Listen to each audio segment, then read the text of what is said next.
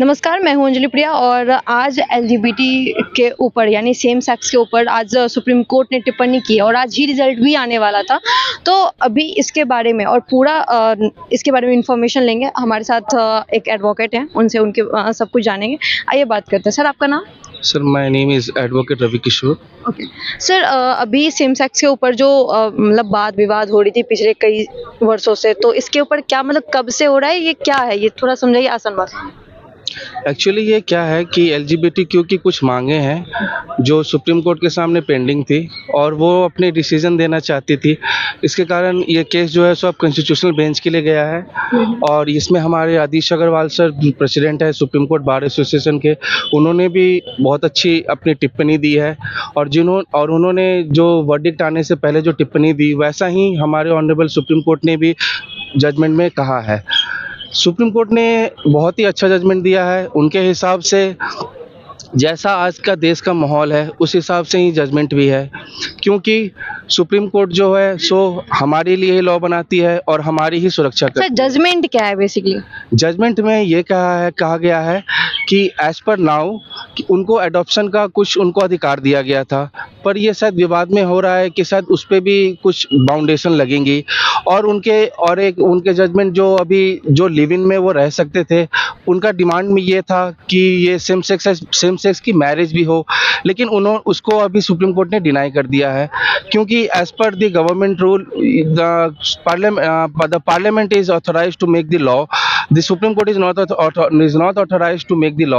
He can only amend the law, or he can make the law unconstitutional, or he can repeal it, but he cannot make the law. So basically कि अब ना जैसे same sex यानी कि लड़का लड़का शादी कर सकता है, लड़की लड़की शादी कर सकती है अगर वो चाहे तो, ये था लॉ। और अभी सुप्रीम कोर्ट ने इस पे मना कर दिया क्योंकि उनका कहना है कि अब सरकार जो है वो पार्लियामेंट में इस पे लॉ बनाएगी।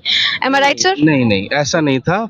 पहले भी लॉ नहीं था कि आप लड़का लड़का या फिर जो अभी मतलब इसके ऊपर जो फैसला है यही आया कि अब मतलब संसद में इसके ऊपर लॉ बनाया जाएगा, क्या है नहीं है? हाँ, पहले भी लॉ में ये कहीं भी नहीं लिखा हुआ था कि आप सेम सेक्स मैरिज कर सकते हैं। बस हमारी सुप्रीम कोर्ट ने कुछ लिबर्टी दी थी सेम सेक्स को कि आप लिव इन में रह सकते हैं, आप अपनी आपको कोई कस्टडी में नहीं लेगा, आप पे कोई क्रिमिनल केसेस नहीं होंगे if you are in the relationship of in the same sex.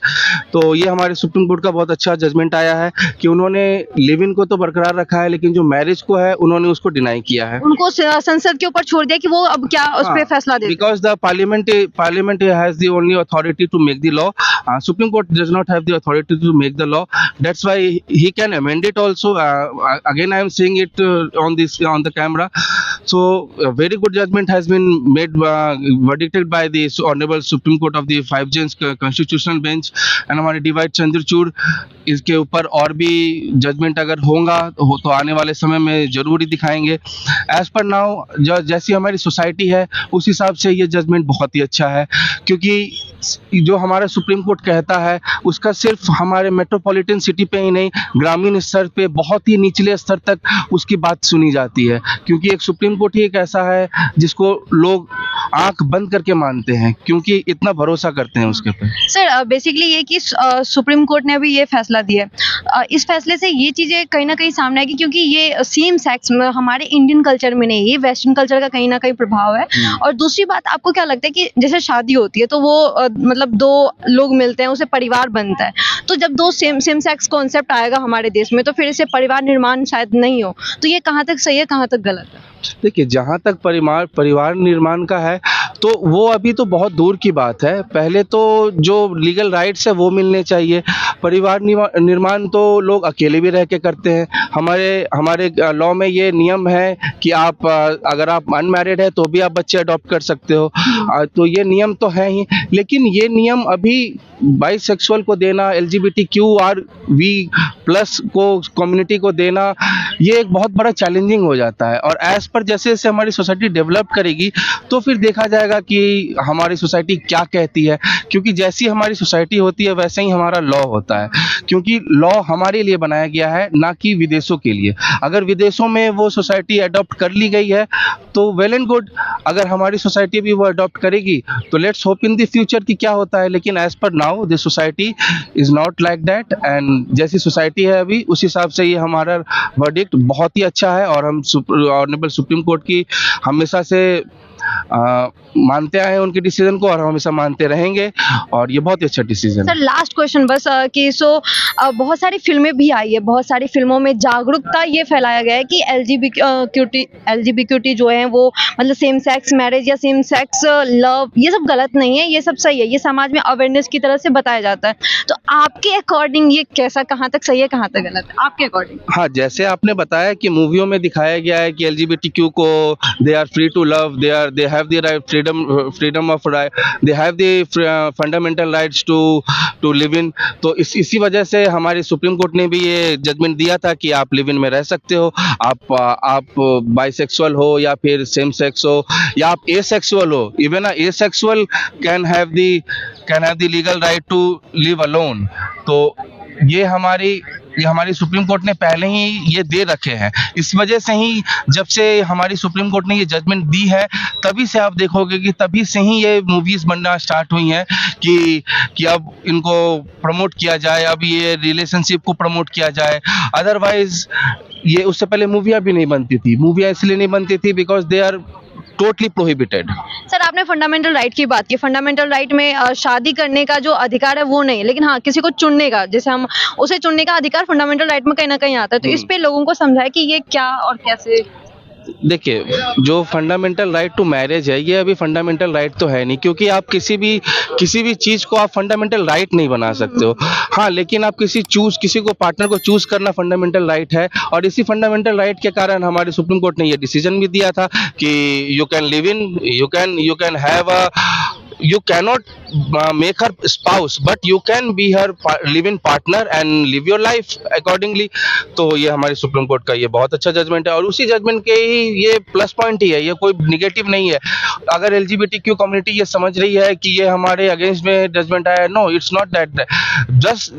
बस ये है कि हमारी सोसाइटी उस तरीके से भी डेवलप नहीं हुई है। जैसे जैसे हमारी सोसाइटी डेवलप्ड होगी वैसे वैसे हमारा सुप्रीम कोर्ट तो डेवलप्ड है ही, वैसे वैसे ही उसी अकॉर्डिंग हमारा जजमेंट भी आएगा, क्योंकि ये इंडिया का सुप्रीम कोर्ट है, ना कि ये किसी अदर कंट्री का सुप्रीम कोर्ट है।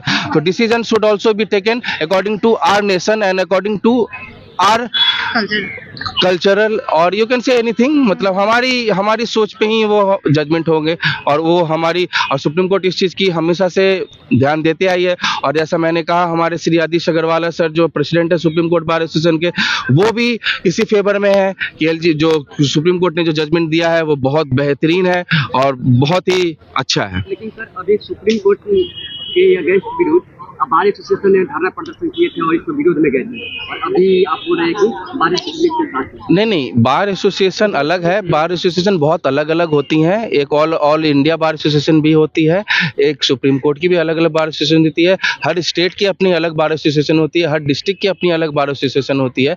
तो आपको स्पेसिफाई करना होगा कि आप किस बार एसोसिएशन की बात कर रहे हैं। बट अकॉर्डिंग टू मी और according to sir, the president of supreme court bar association is Shri Adishya Agarwala sir, and he is in the favor of the Supreme Court judgment, and we all agree with his judgment because we are also the member of Supreme Court Bar Association।